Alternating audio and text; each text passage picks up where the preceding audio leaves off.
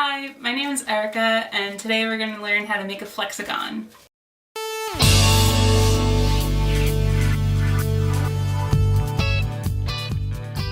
To get started, you'll need 2 square sheets of paper, double-sided tape, a ruler, scissors, an X-Acto blade, and a cutting mat.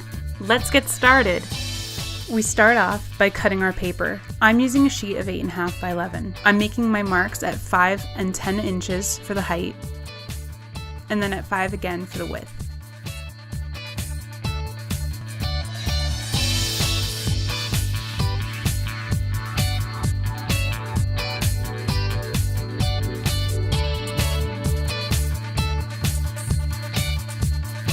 Now that I have my 2 sheets of paper, I can begin folding them.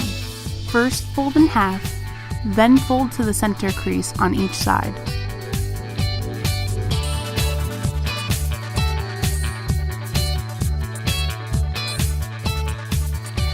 The paper is going to look like an accordion. So far, so good. Turn the paper on its side and then repeat the same fold. First half, and then in half again.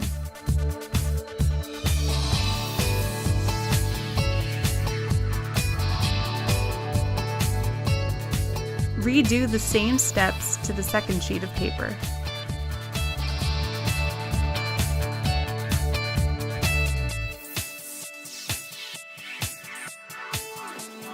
When you unfold, you'll see all of these boxes on your paper. We want those as our guides for placing our double-sided tape. Cut 4 pieces of tape and place them into the 4 corners of one of your sheets.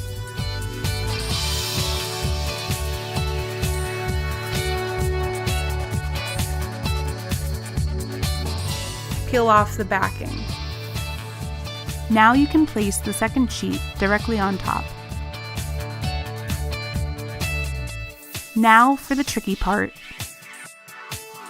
We're going to cut one sheet vertically, then flip it over and cut the other horizontally.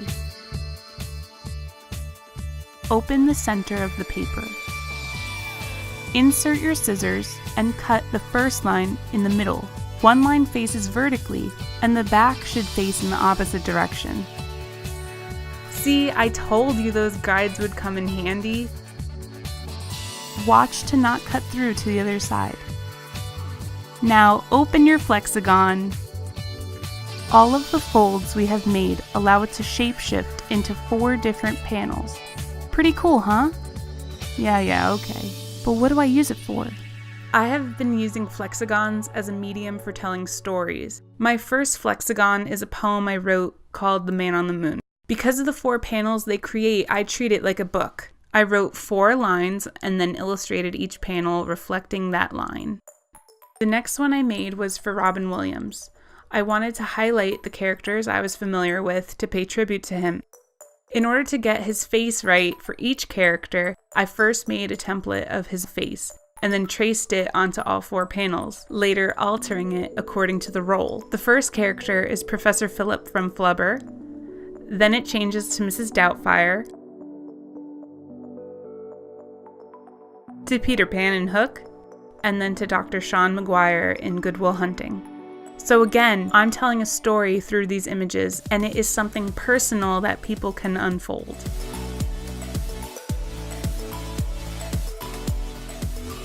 For this next flexagon, I have illustrated my own patterns, brought them into Photoshop for coloring, and then printed them on Staples matte photo paper.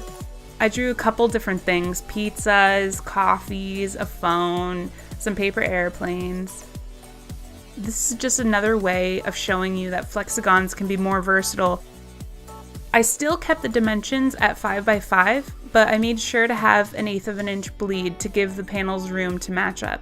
I noticed that even though this paper is heavier weight, the creases blend in because of the patterns. I have already folded and taped this flexagon together, so now I'm going to go ahead and cut this.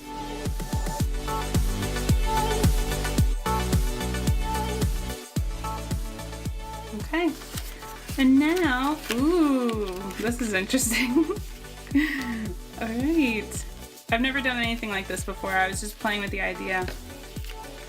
So now our patterns are essentially interacting with one another, and this is just a cool, versatile way of telling stories. That's what I enjoy most about them.